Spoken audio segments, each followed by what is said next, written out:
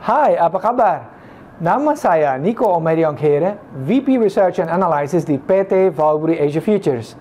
Hari ini saya ingin menyampaikan laporan research terbaru kami mengenai silver is still the cheapest asset on the planet. Dalam video komentar ini, kita akan melihat mengapa perak, selain emas tentunya, adalah aset yang termurah di muka bumi ini dan menjanjikan keuntungan yang sangat besar. Nah, kita akan melihat dalam beberapa slide ke depannya, kira-kira alasan apa aja yang mendukung tesis ini bahwa ternyata silver ini sangat-sangat murah. Nah, kalau kita melihat data dari smallgold.com, India telah mengimpor sekitar 2000% lebih banyak perak pada bulan Mei 2017 ketimbang Mei 2016. Itu luar biasa besarnya. Dan kalau kita melihat juga kurvanya atau permintaannya dari India sendiri itu dari waktu ke waktu itu makin besar ya. So kita melihat India selain membeli begitu banyak emas juga mulai makin mencintai atau menyukai silver. Nah, tidak hanya India yang permintaannya naik secara drastis, tetapi juga Cina yang terbukti dengan mengimpor 407 ton silver pada bulan Mei. Dan itu sekitar 2 kali lipat permintaannya pada bulan yang sama tahun yang lalu. So, China juga memang banyak sekali membeli silver belakangan ini. Nah, lalu kalau Amerika Serikat bagaimana? Nah, Amerika Serikat pun banyak sekali membeli perak ya. Kalau kita melihat misalnya sampai pertengahan bulan Juli ini kita melihat bahwa mereka telah membeli 1.290.000 Silver Eagles ya. Dan kalau kita misalnya melihat sampai pada akhir bulan ini mungkin saja mereka bisa menjual 2,5 juta Silver Eagles. Nah, sekarang kenapa India, China, dan juga Amerika Serikat membeli begitu banyak silver? Mungkin ada dua alasan utama saya boleh katakan mengapa orang membeli begitu banyak perak ya belakangan ini. Pertama pasti itu karena harga perak seperti kita tahu bersama terkoreksi cukup dalam dan memang murah pada saat ini. Dan kedua kita melihat juga banyak orang pada saat ini mereka mencari hedge terhadap ketidakpastian secara geopolitis. Banyak sekali masalah misalnya di Syria, di Korea Utara, China, Rusia dan sebagainya. Juga politis di Amerika Serikat kita tahu semua bersama bahwa Trump dirunding banyak sekali skandal dan juga secara ekonomis di mana orang melihat bahwa suatu crash di pasar modal ataupun pasar obligasi dengan suku bunga yang naik belakangan ini bisa terjadi setiap saat. So mereka mencari aset yang dikatakan sebagai safe haven dan itu tentunya emas dan juga perak ya.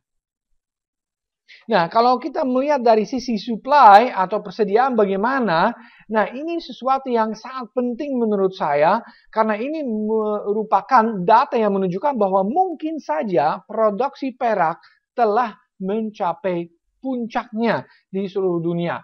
Kenapa demikian? Karena kita melihat pada tahun 2007 produksinya adalah sekitar 668 juta ounces dan itu naik hingga tahun 2015 di mana produksinya mencapai 891 juta ounces. Namun untuk pertama kali dalam 10 tahun terakhir ini pada tahun 2016 atau tahun yang lalu produksinya justru turun hingga sekitar 886 juta ounces. Memang penurunannya tidak terlalu signifikan pada saat ini tapi kita nanti akan melihat ke depannya kira-kira tahun ini, tahun depannya, dan selanjutnya bagaimana? Apakah ini penurunan akan berlanjut terus atau tidak? Kelihatannya ini awal dari puncak produksi di seluruh dunia ya.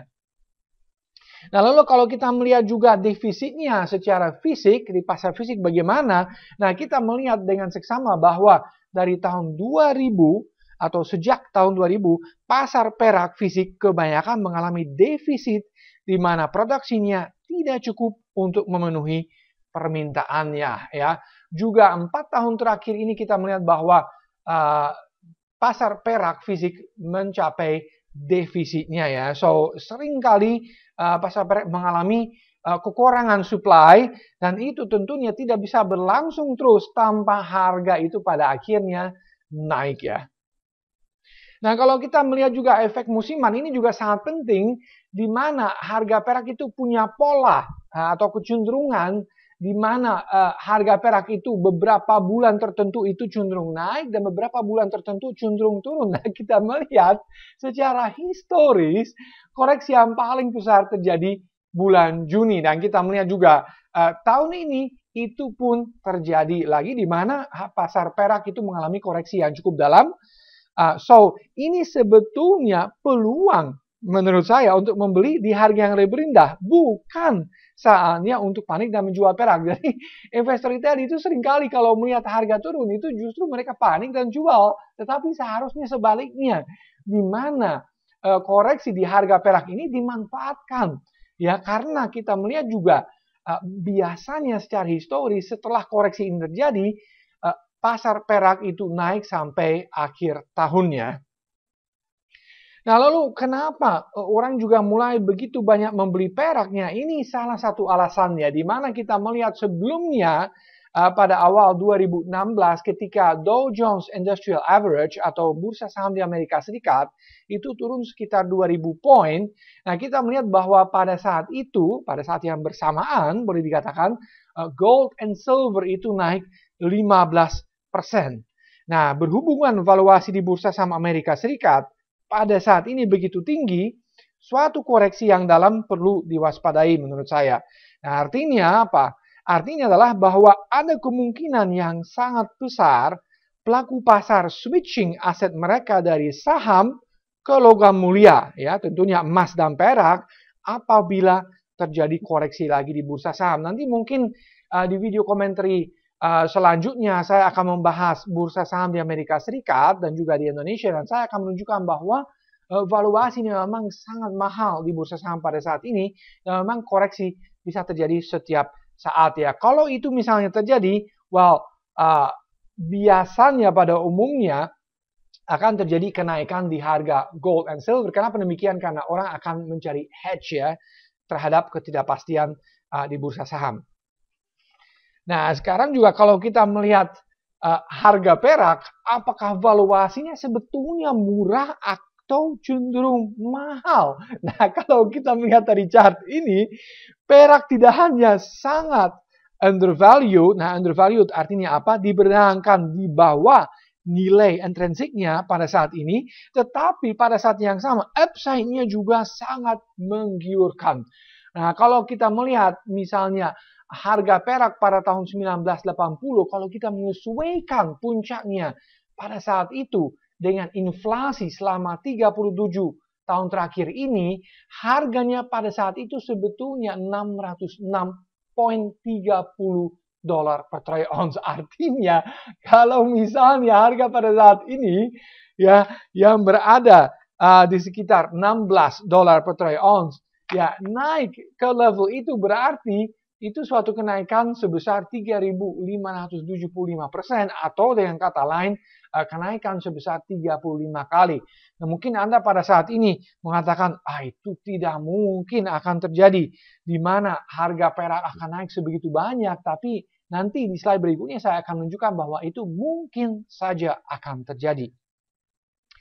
Nah, slide itu apa? Slide ini menunjukkan berapa ounces of silver yang dapat dibeli dengan 1 ounce gold, atau dengan kata lain kita melihat gold to silver ratio. Nah, gold to silver ratio ini sangat penting. Kenapa demikian?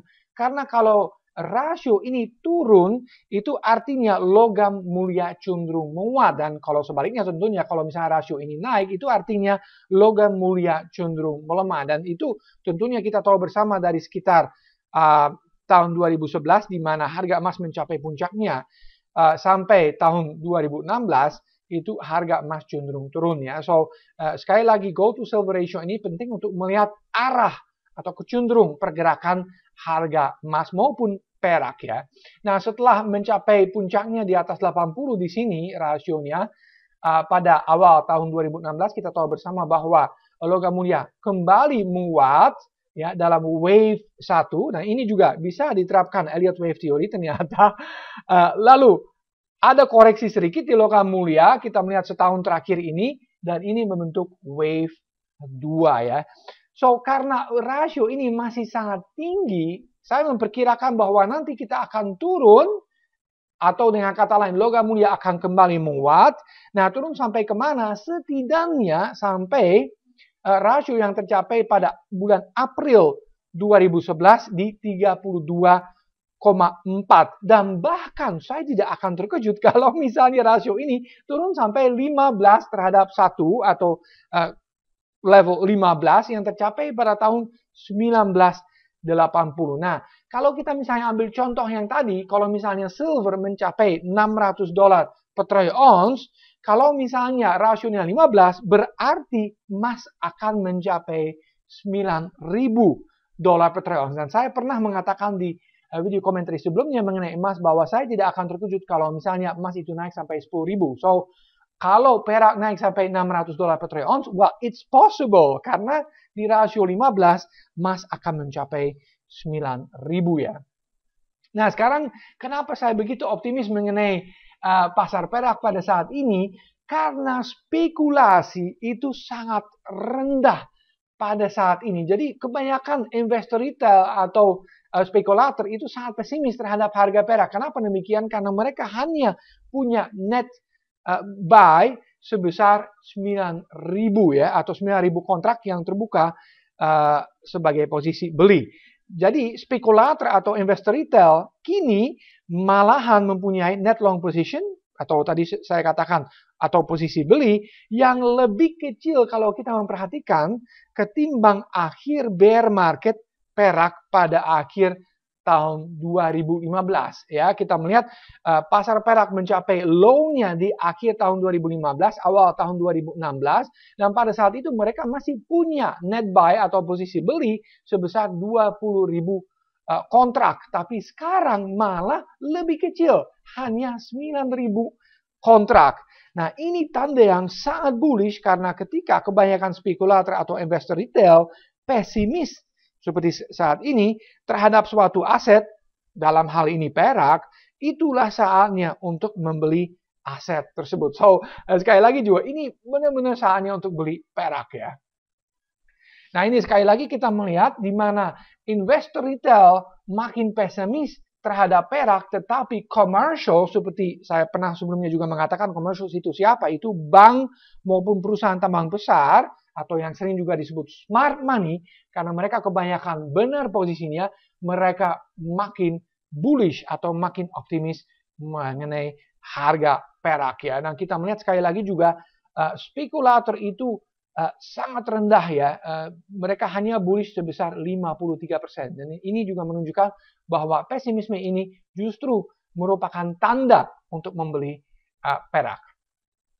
Nah, kalau kita melihat juga silver optics atau yang memperlihatkan pesimisme atau optimisme di antara investor retail, kita melihat bahwa sekali lagi investor retail paling pesimis terhadap perak sejak level terendah yang tercapai pada akhir 2015 seperti Anda bisa melihat di sini ya. Sebelum harganya melejit lebih dari 50%. Kita melihat misalnya dari akhir tahun 2015 harga naik dari 13.60 sampai 21.10 dan itu kenaikan lebih dari 50% ya. So, sekali lagi ini jelas merupakan peluang untuk masuk di pasar perak pada level yang rendah karena mayoritas investor selalu terbukti salah. Nah, kalau kita melihat secara singkat technical position pada saat ini, kita melihat Elliott Wave-nya sangat jelas. Yang pertama itu dari 13.60 sampai 21.10 itu wave satu besar. Wave 2 besar dari 21.10 sampai 14.86. Artinya sekarang wave 3 harusnya telah dimulai dan akan berlanjut beberapa bulan ke depannya. Bahkan akan sampai dengan tahun depan ya. Karena wave 3 biasanya wave yang sangat besar dan sangat tinggi ya. Kita melihat juga wave 2 ini memang berjalan lebih lama daripada saya duga. Saya pikir sebelumnya bahwa wave 2 akan selesai di sini, tapi ternyata lebih kompleks dan lebih lama di mana wave A, B, dan C membutuhkan waktu sekitar 1 tahun ya. Nah, kenapa saya pikir perak itu akan naik? Alasan yang lain adalah bahwa kalau kita melihat secara teknikal di daily chart, ada semacam bullish divergence, dan bullish divergence itu selalu terjadi ketika downtrend berakhir. So, ini sekali lagi suatu alasan kenapa saya begitu yakin bahwa pasar perak sekarang akan masuk wave 3 dan akan naik cukup signifikan ya. Dan kalau kita melihat juga long term chartnya, kita melihat di sini bahwa di 8-year chart terpampang secara jelas suatu pola yang sangat penting, yaitu inverted head and shoulders, atau yang sering disebut juga head and shoulders bottom, dengan left shoulder di sini, head atau kepala, dan right shoulder atau bahu kanannya di sini ya. Ketika level yang sebelumnya yang tertinggi di 21.10 pecah, saya pikir harga emas atau harga perak akan naik lebih lanjut ke resistance berikutnya di 26 sampai 28 ya. So sekali lagi saya pikir pasar perak berada di posisi yang sangat menggiurkan pada saat ini, dan saatnya untuk beli adalah sekarang ya. If you like something from this video, please like it seperti biasa dan share it with your friends, family, and colleagues. Jadi untuk merangkum kembali dengan harga perak di sekitar 16-an dolar per troy ounce dan targetnya di sekitar 26 hingga 28 dolar per troy ounce, itu berarti targetnya sekitar lebih dari 60%. Saya rasa bahwa sekarang benar-benar adalah saatnya untuk masuk ke pasar perak ya, apalagi mengingat juga bahwa kita sekarang telah masuk dalam wave 3 besar yang cenderung panjang dan besar ya. Sekian dari saya untuk saat ini, sampai jumpa di video komentar berikutnya.